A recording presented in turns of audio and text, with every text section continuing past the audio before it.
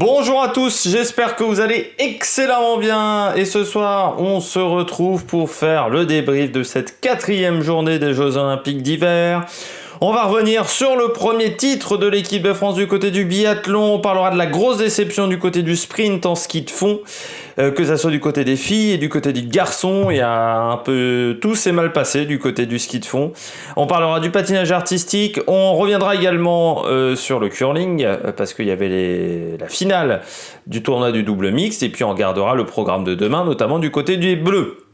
N'hésitez pas à vous abonner à la chaîne, à réagir dans les commentaires, à mettre un pouce bleu, à partager la vidéo, notamment sur les réseaux sociaux, notamment si vous pensez qu'elle peut intéresser vos proches. Et puis on commence tout de suite avec le programme de cette vidéo. On va commencer par le premier titre de cette équipe de France. C'est venu de l'individuel, c'est venu du biathlon, avec Quentin Fillon-Maillet sur le 20 km, une épreuve qui a été pleine de rebondissements, ce 20 km, parce que qui aurait misé sur Quentin Fillon-Maillet après le deuxième tir au coucher? Pas grand monde, je pense.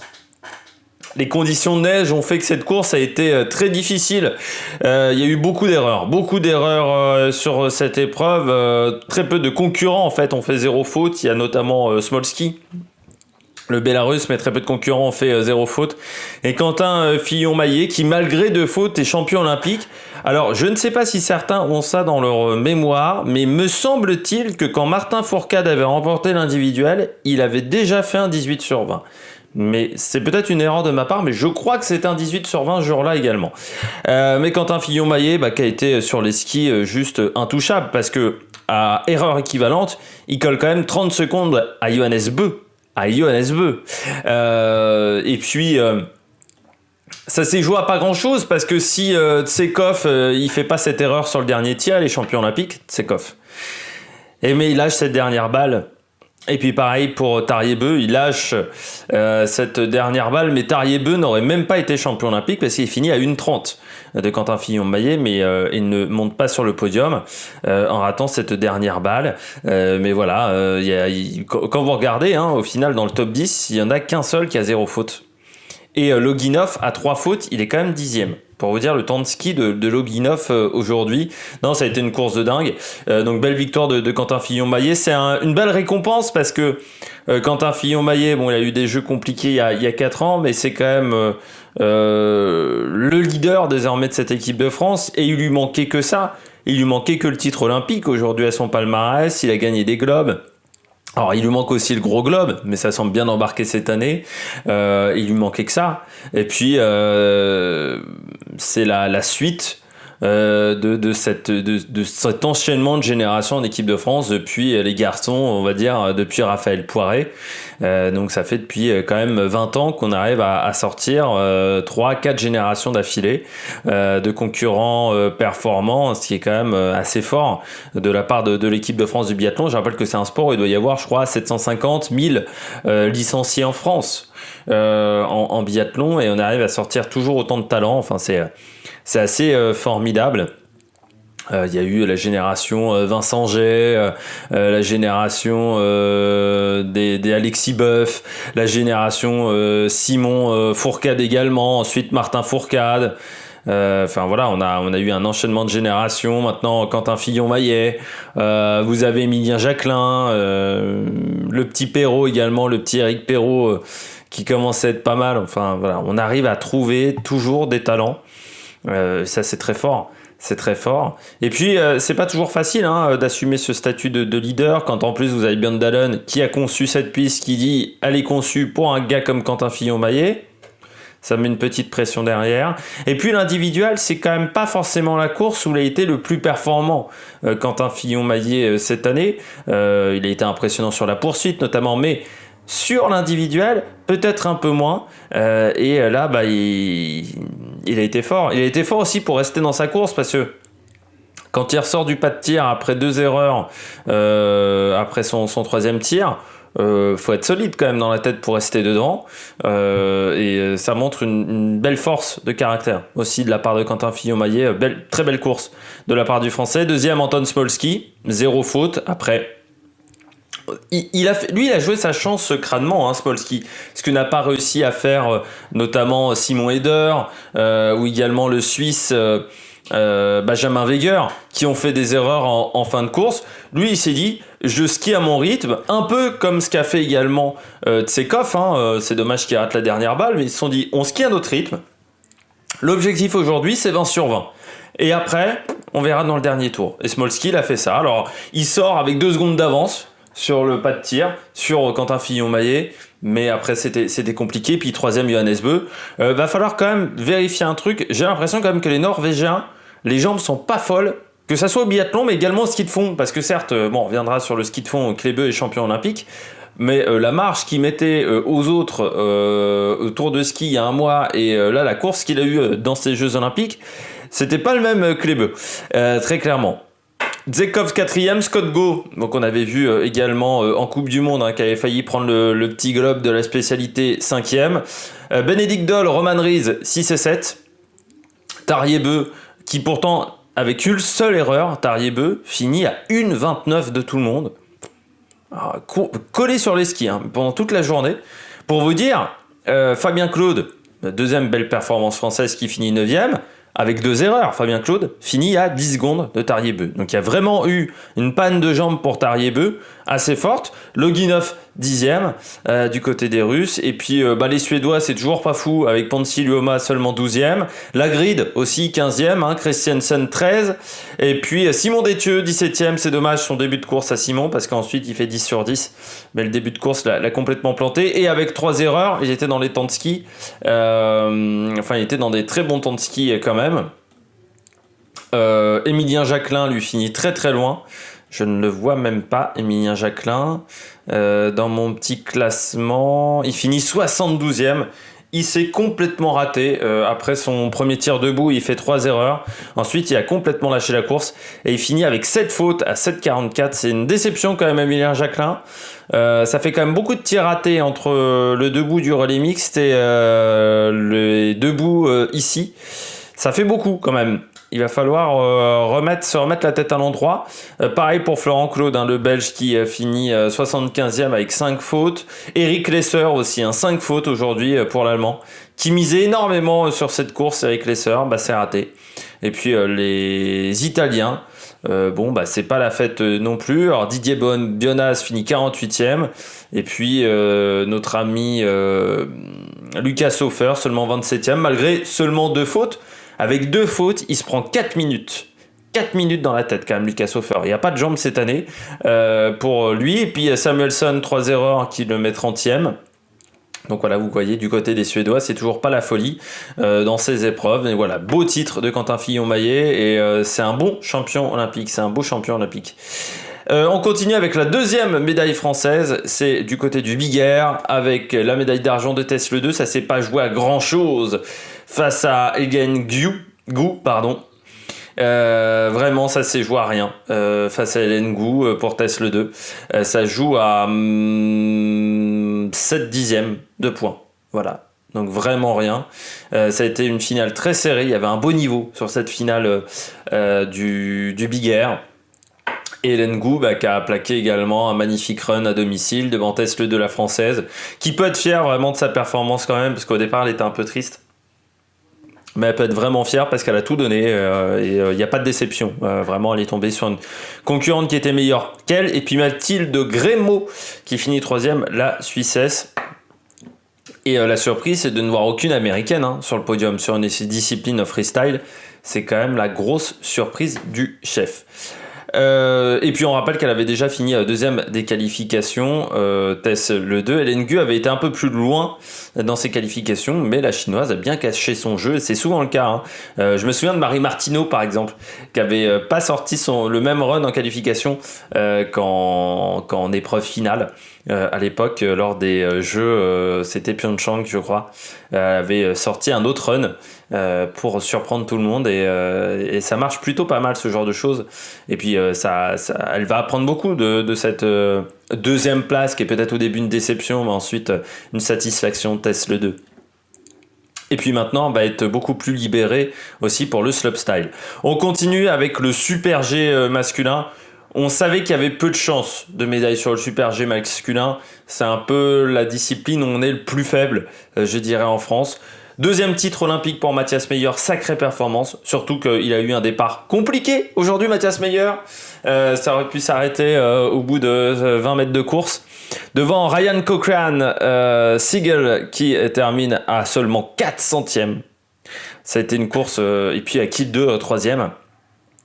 Comme c'est une piste qui n'est pas hyper sélective, on a quand même des écarts assez serrés entre les 6 premiers. Les Allemands, Baumann, Sander 7 et 8. Blaise Guizan-Damier 9, Alexis Pinturo 11. Nils Allègre seulement 26e et Mathieu Bellet, lui, n'a pas fini cette épreuve. Les Français, on les attendra surtout sur le slalom géant qui arrivera dans quelques jours. Et on rappelle qu'il y aura le Super G pour Tessa Worley où il y aura des possibilités de médailles. Kiel 2, Amot qui finit 3ème. Belle performance du Norvégien qui a dû se remettre la tête à l'endroit parce qu'il avait dominé quand même les entraînements de la descente. Pour derrière ne pas être sur le podium, ça n'a pas dû être facile à vivre. Donc voilà, belle performance. Et puis les Italiens, encore pas là. Dominique Paris seulement 21e. Et Christophe Hinnerfort n'a même pas fini. Donc les Italiens, grosse déception pour le moment sur ces épreuves de ski alpin. Mais on peut pas être bon en curling et en ski alpin, certains diraient.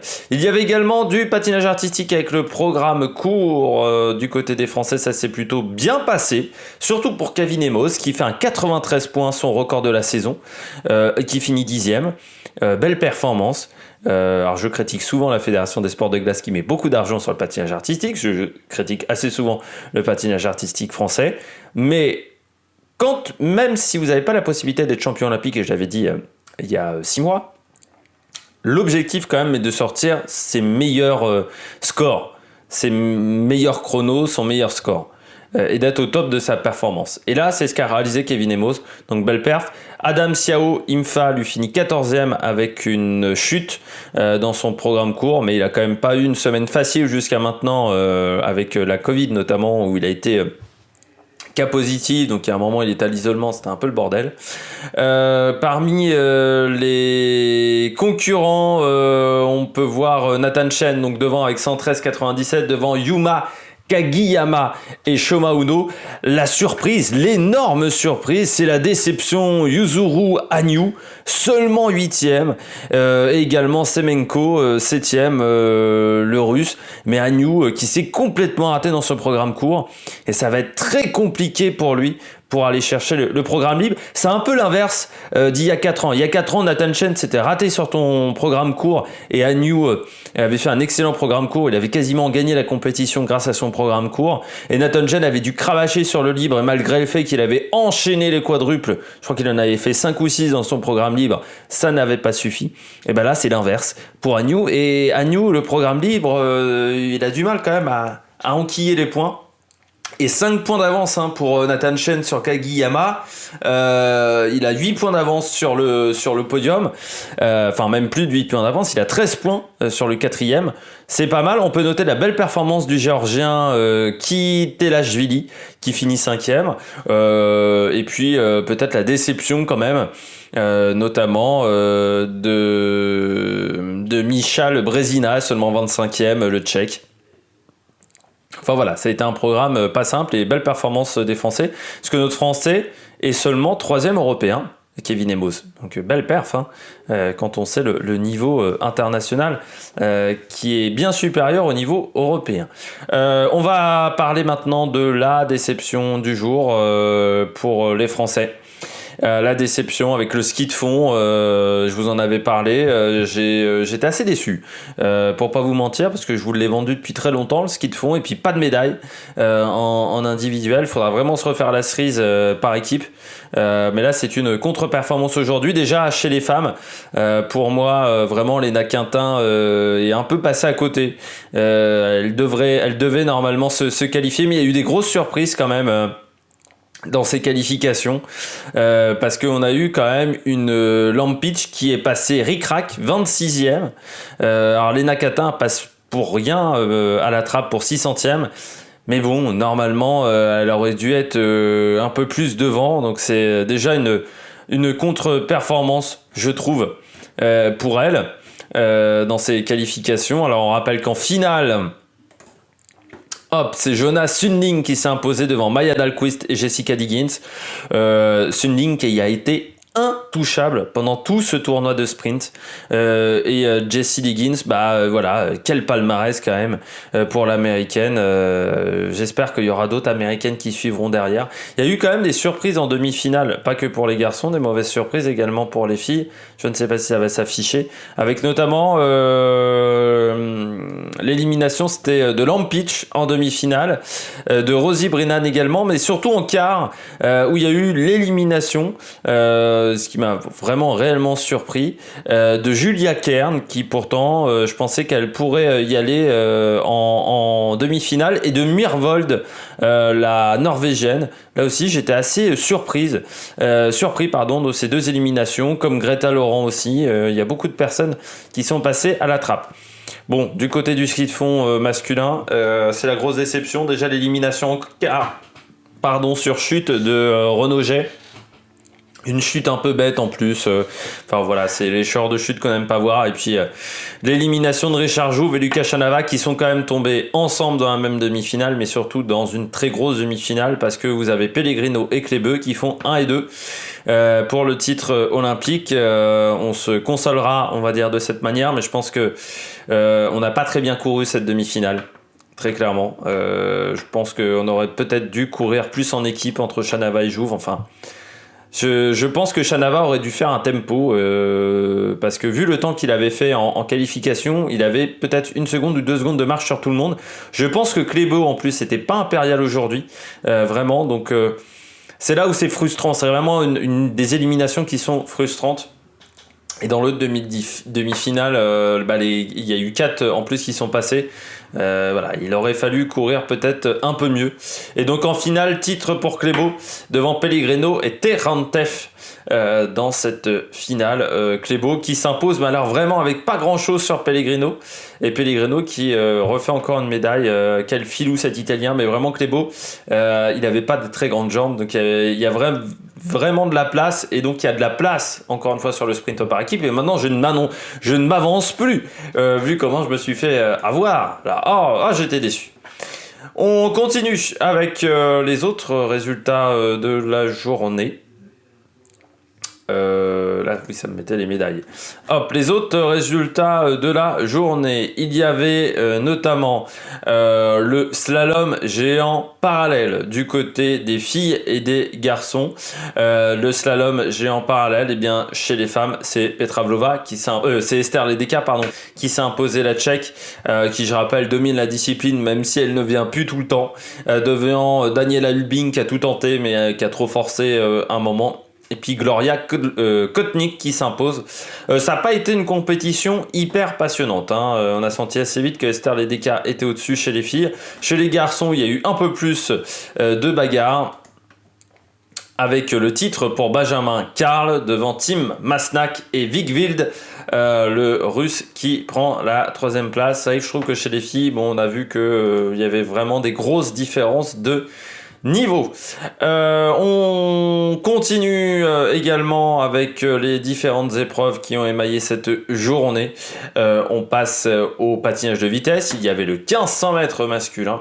Et du côté du 1500 mètres masculin, les Néerlandais ont retrouvé de la forme avec le titre pour Kjeld Nuis en 1:43,21 et Thomas Krol a fait 1:43,55. Kim Min Seok prend la 3e place. Le Sud-Coréen, on peut noter même du côté des Sud-Coréens, autant à Pyeongchang ils avaient fait un effort quand même d'emmener des gens dans certaines compétitions ou de naturaliser des concurrents aussi, autant j'ai l'impression qu'ils ont complètement abandonné sur cette Olympiade. C'est-à-dire que c'est comme si les Jeux dans cette contrée n'avaient servi à rien, ce qui est quand même une grosse déception, parce que là les Chinois peut-être qu'ils vont continuer dans les années à venir, mais alors les Sud-Coréens, ils ont, à part le short track grosso modo et donc là le patinage de vitesse, sinon en biathlon ou dans d'autres compétitions ils ont complètement disparu. On continue après ce 1500 mètres hommes avec le curling. Oui, on va passer au tournoi de curling. Pour l'instant, est-ce que je peux déjà vous annoncer la luge? Oui, Ça vient de tomber, il est 15h19, ça vient de tomber. La luge, les résultats de la luge, avec les luges dames, eh bien c'est Nathalie Geisenberger qui remporte le titre devant Anna Berreiter, 5 dixièmes derrière. Les Allemandes, bon, on sait que les Allemands c'est quand même les spécialistes du bobsleigh, de la luge. Du côté du skeleton, c'est un peu moins le cas, notamment chez les filles.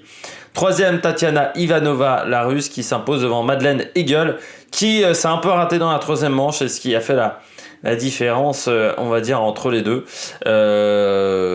avec pas mal de concurrentes qui sont quand même allées à la faute dans cette compétition, voilà, avec pas mal d'erreurs, notamment Julia Taubitz, 7ème, mais vraiment Geisenberger, elle a fait parler son expérience, elle a amélioré à de nombreuses reprises le record de la piste pour le mettre à 58,226. Et c'est la seule qui a réussi à passer sous les 58,3. Donc voilà, belle performance de l'Allemande. On finit donc avec les sports collectifs. Du côté des sports collectifs, bam bam, il y avait notamment le curling. Et du côté du curling, c'est le titre pour les Italiens du côté de l'épreuve mixte. Ça ne veut plus s'afficher sur mon écran. C'est fantastique. Donc l'épreuve mixte avec la victoire. Voilà, si c'est là. Voilà, je l'ai retrouvé avec la victoire de l'Italie face à la Norvège. L'Italie qui n'a pas perdu une seule rencontre, qui a totalement dominé, vraiment une belle rencontre. Je peux vous dire, j'enregistre, il est 15h un peu passé parce que je regardais la finale du curling. Et puis du côté de la médaille de bronze, le titre pour la Suède qui avait perdu face aux Italiens en demi-finale, qui s'est imposé assez largement face à la Grande-Bretagne. On va revenir sur les deux résultats de hockey sur glace d'hier soir. Hier soir, il y avait deux matchs à 21h10. Je vous avais donné les résultats pendant le match qui était en cours. C'était dans le groupe B. La Suède a battu la Chine 2-1 et la Suisse a battu la Finlande 3-2 dans le groupe A. Aujourd'hui, il y avait encore des rencontres, notamment États-Unis-Canada, victoire des Canadiennes sur les Américaines.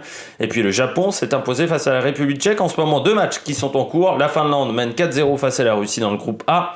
Et la Suède mène 2-1 face au Danemark dans ce match scandinave. Du côté des scores et du côté des phases de groupe qui vont bientôt se finir, on va bientôt passer aux phases à élimination directe. Eh bien, le Canada mène devant les États-Unis et la Russie, Suisse et Finlande derrière. Je m'excuse pour cet éternuement. Normalement, j'essaie de couper, mais là, je pourrais pas couper. Donc, je reprends. Dans le groupe A, Canada, États-Unis, Russie, Suisse et Finlande. Et dans le groupe B, Japon, République tchèque, Chine, Suède et Danemark. Donc, qui se battent le Suède et le Danemark pour éviter de finir dernier. On passe au programme de demain. Programme de demain de ce mercredi 9 février. On commencera avec du halfpipe, les qualifications. Pour le snowboard halfpipe féminin, il y aura également les qualifications du côté des garçons. Les filles, ça sera à 2h30, les garçons, ça sera à 5h30. Il y aura les qualifs du snowboard cross féminin à partir de 4h30 du matin. Les finales auront lieu à partir de 7h30, notamment avec Chloé Trespeuch. Il y aura également le slalom féminin, la première manche à 3h15 du matin, la deuxième manche à 6h45 du côté du slalom. On aura également le début du combiné nordique avec l'épreuve sur tremplin normal. Le saut débutera à 9h. L'épreuve de ski de fond, elle sera à partir de midi. On aura également le début du tournoi masculin de hockey. Et puis il y aura aussi le début du tournoi de curling masculin et le début de la luge double chez les garçons à partir de 13h20.